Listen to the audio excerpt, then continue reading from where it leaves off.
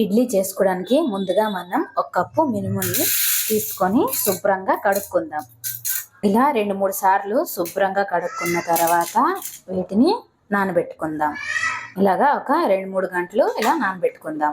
మనం మినుములు గ్రైండర్ చేసి ఒక 10 నిమిషాల ముందుగా ఇడ్లీ రవ్వని నానబెట్టుకుందాం. కప్పు మినుములకి కప్పున్నర ఇడ్లీ రవ్వ సరిపోతుందండి. వీటిని శుభ్రంగా కడుక్కొని నానబెట్టుకుందాం. ఒక 10 నిమిషాలు వదిలితే ఇది చక్కగా నానిపోతుంది. చూస్తున్నారు కదండి, మినుములు చక్కగా నానిపోయేవి.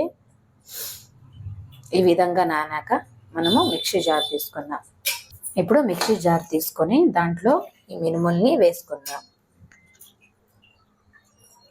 దీన్ని ఇప్పుడు మిక్సీ చేసుకుందాం. గ్రైండర్ చేసుకున్న పిండిని వేసుకుందాం. మెత్తగా ఇలా రుబ్బి తీసుకోవాలి. ఇప్పుడు మెత్తగా రుబ్బి తీసుకున్న పిండిని ఇంకా రవ్వని బాగా కలిసేటట్టు బాగా బీట్ చేయాలి. వీడియోలో చూపించిన విధంగా బాగా ఇలా కలుపుకోవాలి.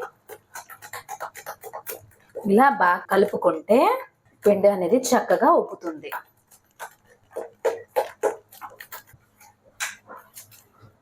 ఇలా 1 నిమిషం పాటు బాగా బీట్ చేసుకున్న తర్వాత ఇది ఒక పక్కకి మూత పెట్టి ఓవర్ నైట్ ఉంచుకుందాం. చూస్తున్నారు కదండి, ఇలా ఓవర్ నైట్ నానబెట్టాక ఇలా పులిసిందో చూస్తున్నారా? ఈ విధంగా కలుపుకుందాం. చూసారు కదండి, చాలా చిక్కగా ఉంది కదా.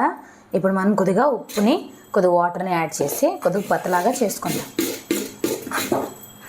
పిండి కొద్దిగా జారేటట్టు కలుపుకుందాం. రుచికి సరిపడా ఉప్పు, కొద్దిగా ఇప్పుడు వాటర్ని యాడ్ చేసుకుందాం. ఇప్పుడు కొద్దిగా వాటర్ వేసి పిండిని కొద్దిగా పలుచగా చేసుకుందాం. మరీ పలుచగా కాదండి, నార్మల్. వీడియోలో చూపించిన విధంగా బీట్ చేసుకోవాలి. ఇలా ఉంటే సరిపోద్దండి పిండి. ముందుగా మనం ఇడ్లీ కడాయిలో 1 గ్లాస్ వాటర్ని యాడ్ చేసుకోవాలి.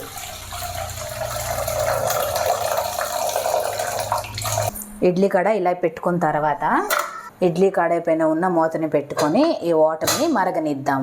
ఇప్పుడు మనము ఇడ్లీలు వేసుకున్న ప్లేట్లోకి ఇప్పుడు మనం దీంట్లోకి ఆయిల్ని అప్లై చేసుకుందాం. ముందుగా మనం కలిపి పెట్టుకున్న పిండిని ఇలా వేసుకోవాలి.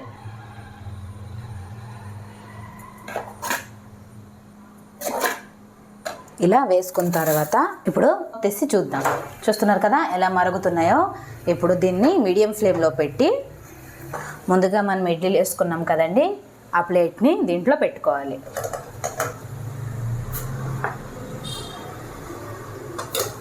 ఇలా పెట్టి ఇది ఒక 10 నిమిషాల వరకు ఇలా మూత పెట్టి వదిలేయాలండి. 10 నిమిషాల తర్వాత ఇది చక్కగా ఇడ్లీలు అనేది ఉడికిపోతాయి. చూస్తున్నారు కదండి, ఇప్పుడు 15 నిమిషాల తర్వాత తీసుకున్నాను. ఉడికిందో లేదో ఇలా స్పోర్క్తో గుచ్చి చూస్తున్నానండి. ఏమీ అంటుకోలేదు కదా, క్లియర్గా ఉడికిపోయింది. ఇప్పుడు వీటిని తీసుకుందాం బయటికి. ఇప్పుడు మనం స్పూన్ని ఇలా తడుపుకొని ఇప్పుడు ఒక్కొక్కటిగా తీసుకుందాం. చూసారా ఎంత ఈజీగా వచ్చేస్తుందో. ఇలా ఒక్కొక్కటిగా తీసుకోవాలి.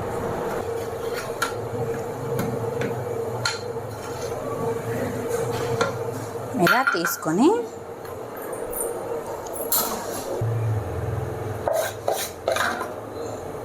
చూసారు కదండి, ఇలా మిగతా పిండిని కూడా వేసి ఇప్పుడు మనం ఇడ్లీ కడాయిలో పెట్టుకుందాం.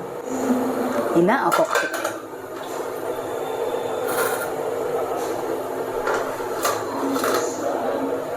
ఇలా పెట్టి మూత పెట్టేవాడిని. ఇలా మూత పెట్టాక ఇలా ఒక 10 నిమిషాలు ఉడికించుకుందాం. తెల్లని ఇడ్లీలు, దానిపైన కొబ్బరి చట్నీ,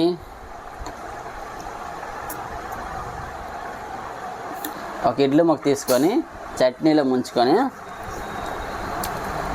తిందాం. ఇంకో ముక్క తీసుకొని చట్నీ అయితే సూపర్ ఉందండి. ఇడ్లీలు కూడా చాలా బాగా వచ్చాయి.